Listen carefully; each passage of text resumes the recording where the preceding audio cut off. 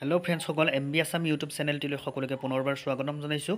যিসকল কেণ্ডিডেটে অসম পুলিচৰ কাৰণে অপেক্ষা কৰি আছে সেইসকলৰ কাৰণে ভাল খবৰ। মুখ্যমন্ত্ৰী মহোদয়ে ঘোষণা কৰিছে যে আকৌ 15,000 নতুন চাকৰি অসম পুলিচত দিয়া হ'ব। পুলিচত চাকৰি পাইছে। এতিয়া আমি পুলিচত আকৌ জুলাই মাহত আমি ইণ্টাৰভিউ পাম।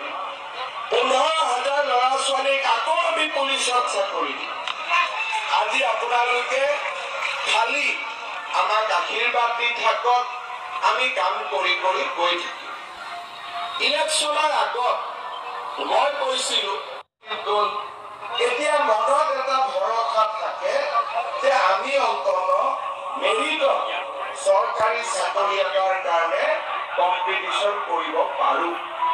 এইবাৰ কাৰ্বি আংলঙতে কিমান ACS পাছ কৰিছে, কিমান DSP পাছ কৰিছে, কিমান ল'ৰা পুলিচত চাকৰি পাইছে।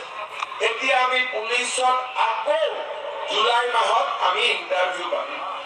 15,000 ল'ৰা ছোৱালীক আকৌ আমি পুলিচত চাকৰি দিম। আজি আপোনালোকে খালি আমাক আশীৰ্বাদ দি থাকক, আমি কাম কৰি কৰি গৈ থাকিম। ইলেকশ্যনৰ আগত মই কৈছিলোঁ, যেতিয়া আমাৰ বিজেপিৰ চৰকাৰ হ'ল তেতিয়া মই ৰাইজক কৈছিলোঁ যে যদি বিজেপিৰ গভৰ্ণমেণ্ট হয় মই 1 লাখ ল'ৰা ছোৱালীক চৰকাৰী চাকৰি দিয়াৰ ব্যৱস্থা কৰিম। আজি আমি 1 লাখ ল'ৰা ছোৱালীক চাকৰি দিলোঁ। কোনেও টকা পইচা ঘোষ দিব নালাগে, বিনা পইচাত আজিকালি চৰকাৰী চাকৰি হয়। আৰু কাৰ্বি আংলঙৰ ল'ৰা ছোৱালী এইবাৰ আনকি মেজিষ্ট্ৰেটো হৈছে। অকল 3rd গ্ৰেড 4th গ্ৰেড নহয়, তেওঁলোকে এইবাৰ মেজিষ্ট্ৰেটৰো চাকৰি পাইছে। আজি মই আপোনালোকক ক'ব খুজিছোঁ যে মই অসমত আকৌ এই বছৰৰ ভিতৰতে নতুনকৈ 50,000 চৰকাৰী চাকৰি দিম। 50,000 আমাৰ ল'ৰা ছোৱালীসকলে জুলাই মাহত পুলিচৰ দৌৰা আৰম্ভ হ'ব। ছেপ্টেম্বৰ অক্টোবৰত গ্ৰেড 3 গ্ৰেড 4 মেজিষ্ট্ৰেট।